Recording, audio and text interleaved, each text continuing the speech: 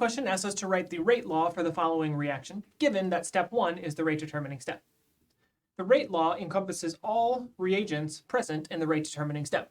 If step 1 is the rate determining step, and if step 1 involves the alkene reacting with HBr, then both the alkene and HBr will need to be involved in the rate law. The rate law then will be the rate is equal to some proportionality constant K times the concentration of all reagents present in the rate determining step.